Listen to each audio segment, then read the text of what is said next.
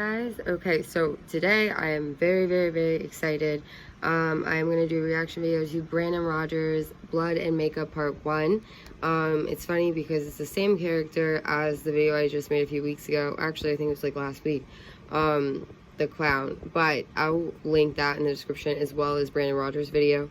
I did want to say though, a huge thank you. Last time I checked before creating this video, I saw I was at 240 subscribers, and it means a lot to me, and I'm so appreciative and happy.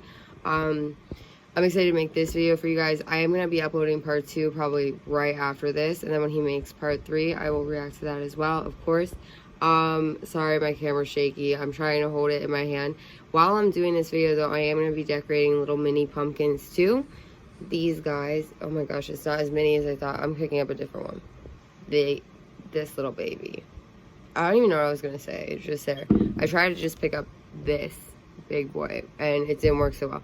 But I'm excited to make this video for you guys. And then also, I just want to say before I start this, I was blanking for a second. I appreciate Brandon Rogers' like artistic ability so much in the time and effort. And I know he has a good team behind him too. So I appreciate all of their minds put together. But I just want to say like thank you to him too. I doubt he would ever see this, but if he does, like, I have always watched his videos for years, and it wasn't like they're funny, but it's more than just like the funny value of it to me. It's actually like entertaining, and there's like kind of like storylines to follow between shows he's like created and other like Sam and stuff series. But even like the smaller clips, I just appreciate it so much. So I hope you guys enjoy this. If you're new, please make sure to subscribe so you don't miss any other reaction videos, and I will see you guys soon. Okay guys, so here we go. In all my 27 years on the force, I've just never seen violence like this. Los Angeles just isn't the place where violent things... I'm sorry, but first, I love this so much, but I love this scene, like the image. ...happen. Certainly not in the world of kids' television. Eat your pancakes. But we want to watch TV! Why would the TV want to be watched by a bunch of ugly... Hello! Love the clown! Let's have fun! See, that's like my nightmares, like right here. Like,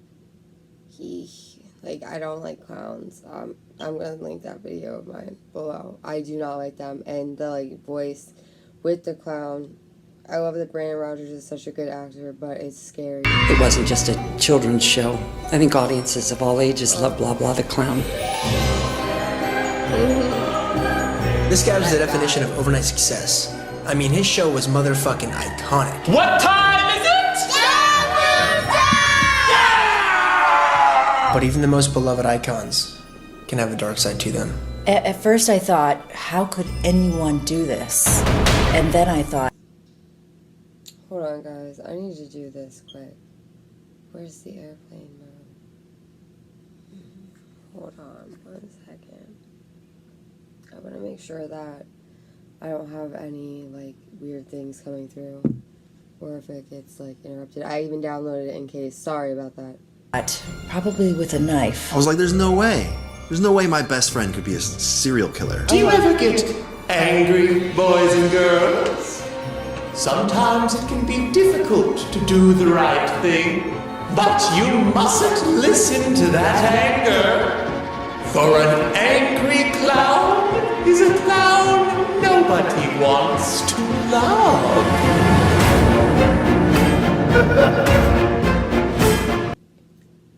See, I, like, was feeling that with the anger stuff, because I think everybody can relate to that until he's, like, an angry clown. Oh, that's when it was.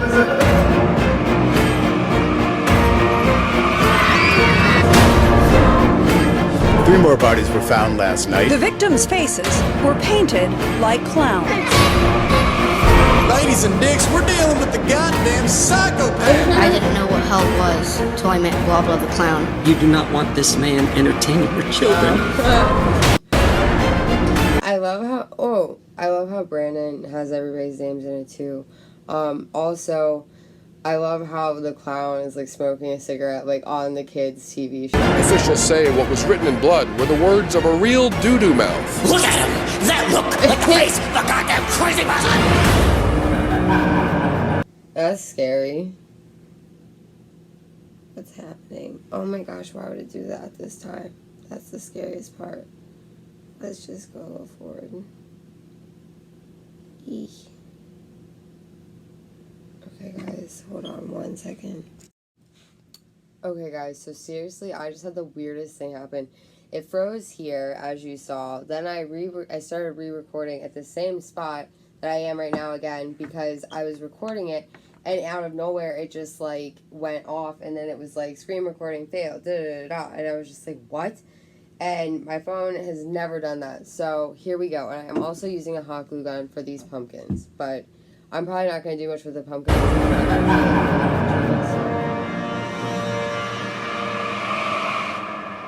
My son was a difficult child. He'd just look at me with those big dumb eyes, like staring into a pair of assholes. Eddie didn't know how to be a star. I was a goddamn star. This was taken 15 years ago. And how old are you there? 11. Tell me what you just said. I said you're a bad actress. I don't know where his 15 years ago, 11. Oh my gosh. Also, for some reason, anger stems from. Go to your room, ugly! Fine, bitch, I'll go to my room and I'll do drugs and lose my fucking mind! Why can't you lose your virginity? Eddie was like a brother to me. We met back in high school. Oh, I hated his fat little friend. Dude, your mom's pissing in the sink again. This is my The palace! two of them were pranksters. You know the type. The kind you just want to fuck in the ass because they're so cute, but then you remember, they're full of shit because they're fucking assholes. I wanted to be a director, he wanted to be an actor, so we were the perfect duo. You've been humping up Desmond. Des was my brother. I knew you'd fuck your brother. Since I was 7. Well, the joke's on you, bitch, because I took your pregnancy test, and guess what? You got a baby in your body, and that baby is mine. How was that? That was one of the best performances I have ever seen in my life. This performance is trash! Why would you show me this? You know what? Fuck you, Mom. Eddie was never able to make his mother proud. That's not how I taught you to wash your asshole. And when she crushed his dreams of being an actor, that's when he said, I hate you, and I'm gonna run away from home. How about I'm that? not even buying this performance. Yeah, well, you better buy I it. will not! Oh, well. Eddie wanted me to pack up my bags and move to Hollywood with him. I want you to pack your bags and move to Hollywood with me. Good idea. I'm packing my bags and moving to Hollywood. What about your school and your family? What about my school and my family? Fuck your school and fuck your family. Fuck school! Fuck you! Run away! Alright, sweetie. Give Eddie my love. Give your love. I don't want that shit. You don't want your shit! Love you! I'll be right back with love. We drove to LA and shared a small studio, and let me tell you, times were tough. I couldn't even land a job shooting porn. Yeah, I'll climax when you hold that fucking camera straight. Well, that was very rude. And Eddie sure as fuck couldn't land an audition. Hi, I'm Eddie Oswald, and I'm auditioning for the role of Kid with Cancer. Cadaver 6, Ethnic Janitor. Yeah, can you not look at the script, please? How the fuck am I gonna know what the lines are? Don't bother going in there, they're just gonna tell you no. Eddie wasn't the best at taking rejection. We'll call you. Yeah, they call me the fuck you will. But one day, he wasn't rejected. When he came in and auditioned for me. Clive Butler, founder of Butler's Sweets and Such. I was just 2 months away from rolling out my yummiest confection yet, the Blah Blah Bar. I just needed a young, fresh face to be the clown on the package. So, you ever play clown before? I don't think we're up for the same role exactly. Richie Goldberg for Blah Blah the Clown? That's me. Alright, come on back. No, I'm Richie. When I saw how passionate he was about clowning, I simply had to have him audition. I'm sorry, what the fuck am I auditioning for? It's a spokesperson for a chocolate bar we're rolling out next month. I thought this gig was to host a kids' TV show. Oh, it is. As soon as that pink makeup went on, I'm Eddie Oswald reading for Butt the Clown. No, that's not his name. I knew I'd found the face of my new candy. You want the part? I got the part. So we rented a shit little studio, sillied it up, and before we knew it, Quiet Time with Blah Blah the Clown was LA's #1 kids show. Morning, children! I'm having such a great time! Or at least a genius marketing strategy disguised as a kids show. What's candy? Blah blah bars are a treat for you! If diabetes exists, why is it so hard to spell? Though there was one thing that heavily concerned me. Oh my god. The fame was getting to him. Forget about these kids. It's about me. Yep. Okay. I was the stage manager of Quiet Time. Working with Eddie has been the worst experience of my life, and I lost my virginity to a jacuzzi. What are these two fuckers even doing here? We're your costume designers. Then why am I wearing shit? Eddie hated that the costumers had more style than him, but they were gay and married, so you know they think outside the box. You know what? Just get out! Just go! Not even God can love you! Move! Honestly, fuck that guy. What? Everyone knew Eddie had anger management problems. Why am I the only shit stain on this goddamn set who's a fucking professional? Roll it! Hello, kid! He was becoming unhinged. What time is it, kids? Diabetes exists, you idiot! God. It became apparent we could no longer maintain a studio audience, so I brought in Wendy, a puppeteer. She was such an artist, making all sorts of this and that's to put her hand up. Another day in Puppet Paradise with Blah Blah. Sorry. She is so good at her job. Eddie and Wendy really hit it off, probably a little too well. Before long, I believe blowjobs were occurring even during production. So tell me more about Mount Rushmore. It was about inventing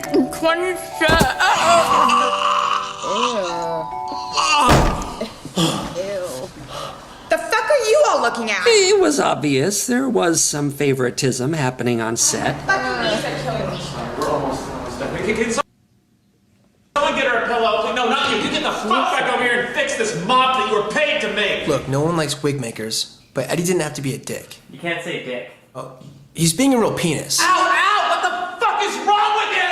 How much are you getting paid to be on my show? How much are you getting paid to make this? I'm sorry, did that hurt you? No, I can't believe this shit. She is the only one in this whole room you treat with any sort of respect. I've had it. I don't care who the fuck you think you are, but no one talks to me that way. I am finally going to say what everyone in this room wants to say. No one likes working with you, and in this town, that shit matters. Okay. No, you got to yell at me, now it's my turn. Tomorrow when I walk on this set, I want to be treated with respect. And you know what? I fucking hate clowns. This is bullshit. Maybe if one of us had gone with her, you know, made sure she was okay, that wouldn't have been the last time we saw her. 34-year-old Deborah Tomlin was Found brutally murdered in her apartment last night. Fingers are pointed at the host of the show, who was allegedly the only one who had the motive to kill her. Well, I think the evidence is stacked against him like some lumberjack pancakes. There was absolutely no evidence that he wanted to kill Deborah. I'm gonna fucking kill you, Deborah! I don't care. That footage isn't proof. And they can use this as an admission in court! My name is Detective Penelope Pennybrook. My colleagues call me PP because we don't waste time. We're gonna need all these fingerprints cataloged by 11:30. My skills are unparalleled, which is why they called me to investigate Deborah's death. I'm on it. Immediately, something about this crime scene rustled my jimmies.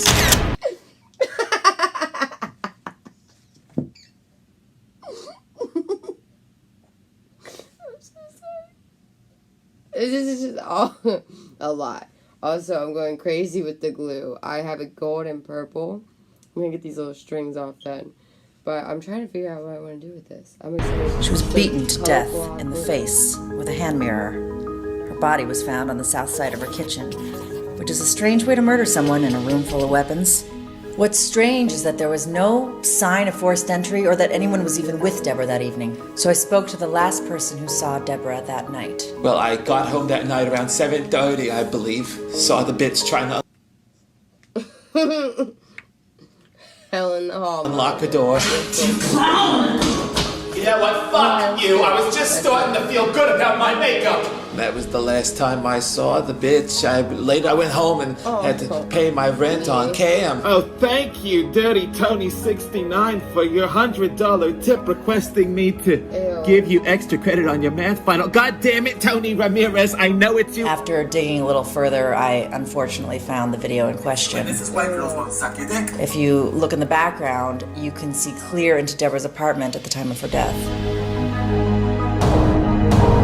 New evidence has surfaced this morning, proving Deborah's death to be a suicide. Looks like the only thing this clown was guilty of was being a poopy dick fart hole. Well, he's innocent. It looks like you were wrong. Well, I've been wrong before, Sarah. Okay, well, coming up, if you eat this story... Don't do it again! I knew that Eddie had something to do with her death. I just needed him to slip up. And then, February 27th happened. Eddie has some of the crew over at his house to celebrate his innocence with a game night. His lack of compassion was the first red flag. I mean, who celebrates after their colleague has just died? We're hanging out, we were playing some board games. The Chinese checkers particularly set him off. So we switched to Jenga, but that was even worse. Board games are pretty stressful, if you've ever played one. I busted out Twister. At approximately 7:30 p.m., a testicular mishap occurred over a game of Twister. That's when Eddie finally snapped. I remember him saying, "Ouch, my balls." And he started to get a little upset. Tensions are heated. Eddie accuses Rick of intentionally sabotaging his nutsack and throws him and his husband out of the house. Daniel tries to calm him down. The killers never calm down. Eddie can't contain himself. He follows Rick and Ronnie outside. Unfortunately, the home had no exterior surveillance, so what transpired between them is still unknown. What is known is the horrific aftermath of the next morning. I was taking out the trash around 10 a.m. when I noticed there was this big unopened package right by the door, and it didn't have a shipping or return address on it, just an image of a clown in what looked like blood. And I thought to myself, I don't think these are the lima bean balloons we ordered. I immediately rushed over to the studio. No! When I opened the package, I forever scarred myself and my staff. For inside the package was Rick's head. And this time, I had a hunch it wasn't suicide. Because how did he pay for shipping? Oh my god. Okay guys, so that I was more quiet than I thought I would be because of the fact that it was literally that entertaining to me. But I'm sorry about the errors there with the recording, but I hope you guys enjoyed it, and I will be uploading part 2 very